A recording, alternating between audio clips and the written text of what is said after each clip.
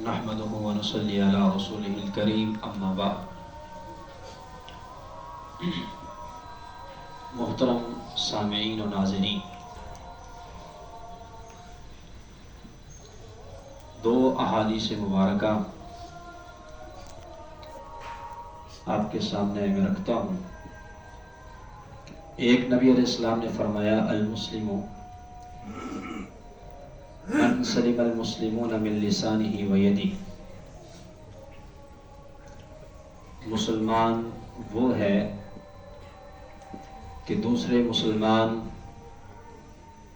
جس کی زبان اور ہاتھ سے سلامت رہے۔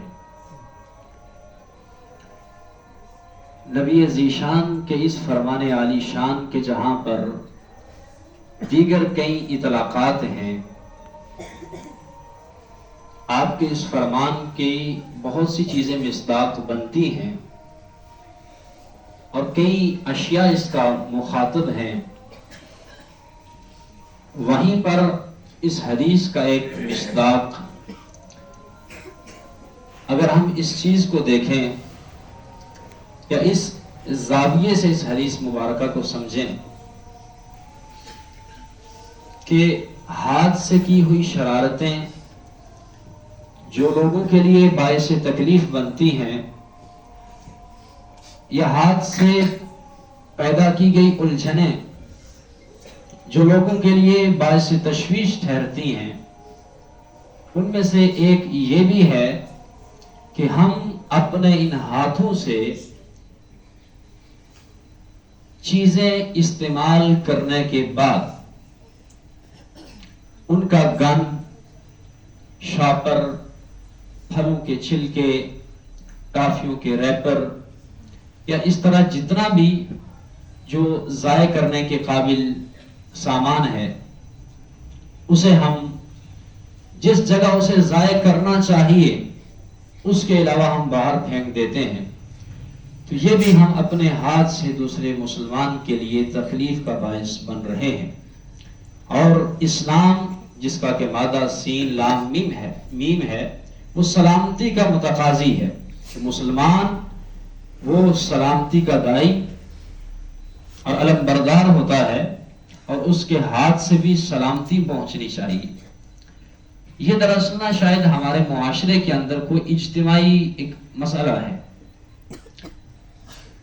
کہ ہم گندگی بڑی پھیلاتے ہیں، یہاں مرکز سے نکلیں، یہاں سے لے کر جہاں جہاں تک جانے کا اتفاق ہوا، ناران، کاغان، سیاحتی مقامات، وہاں پر جو وہاں چیزیں جا سکتی ہیں، برگر کے پیکٹ، شوارمے کے، خواتین وہاں تک پہنچی ہیں تو بچوں کے پیمپر، جوس کے ڈبے، پھلوں کے چھلکے وہاں تک پڑے۔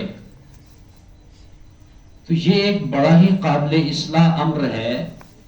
ظلم کسے کہتے ہیں؟ وضع الشیء فی غیر محلہ، کہ جس چیز کو جہاں رکھنے کا محل ہے اور جہاں رکھنا چاہیے اگر وہاں نہ رکھا جائے تو یہ چیز ظلم کہلاتی ہے۔ اب کوڑا کرکٹ اس کا مقام کیا ہے؟ کوڑا دان ہے، ہم کھا کر اسے باہر پھینک دیتے ہیں۔ میری آنکھوں نے کئی ایسے افراد کو دیکھا ہے، یعنی 2 فٹ کے فاصلے پر کوڑا دان پڑا ہے تو وہ صاحب ٹھیک 2 فٹ پیچھے وہاں پر وہ شاپر کھا کے نیچے پھینک رہے۔ بڑے سمجھدار فرد ہیں۔ وجہ کیا ہے؟ اس طرف توجہ نہیں ہے۔ توجہ دلائی جائے تو ہم سب اس میں کردار ادا کر سکتے ہیں۔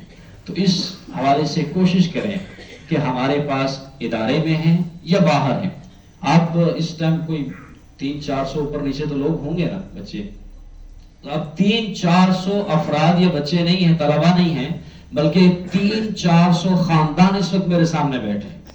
اگر تو ہم عزم مصمم کر لیں اور یہ پختہ ارادہ کر دیں کہ ہم نے اپنے ہاتھ سے سرزمین پاکستان کو گندا نہیں کرنا، اور کرے تو کرے، ہم نے اپنے ہاتھ سے سرزمین پاکستان کو گندا نہیں کرنا، تو یہ 600 خاندانوں کا کتنا بڑا انقلاب ہے۔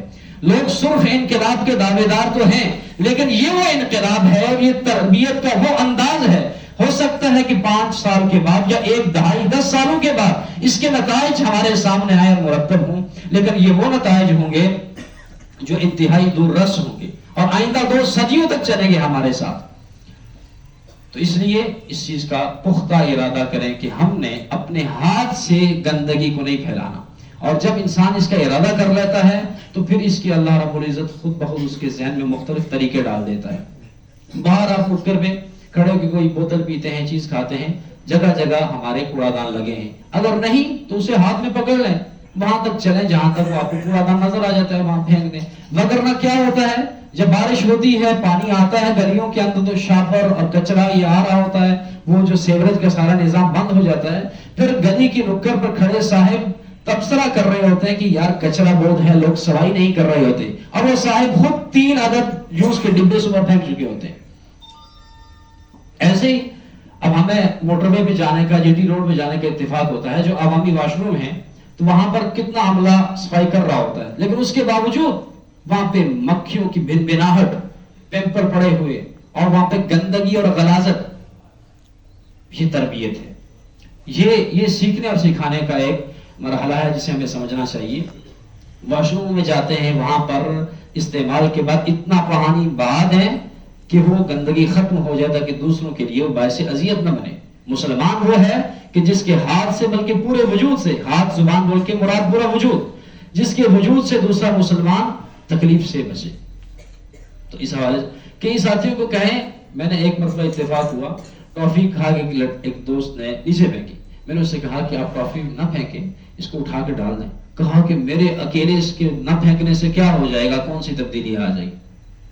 میں نے کہا اگر آپ کی جیب کاٹنے والا جیب کترا جو ہے وہ بھی یہ کہے کہ آپ کی میں جیب اس لیے نہیں کاٹنا چھوڑتا کہ مجھ اکیلے کی چھوڑنے سے کیا فائدہ ہو جائے گا، تب تو آپ یہ عذر قبول نہیں کریں گے۔ تو اس لیے اب اٹھیے، اور میں اللہ رب العزت سے اپنے اس معاشرے، اپنے اس سماج کے لیے اور ہم سب کے لیے ان الفاظ کے ساتھ دعا پہ اختتام کرتا ہوں کہ پیدا دل ویراں میں شورش محشر کر، پیدا دل ویراں میں شورش محشر کر، اس محمل خالی کو پھر شاید شاہد لیلا دے۔ اللہ رب العزت ہم سب کو اس پر عمل کرنے کی توفیق عطا فرمائے۔ وما علینا الا البلاغ المبین۔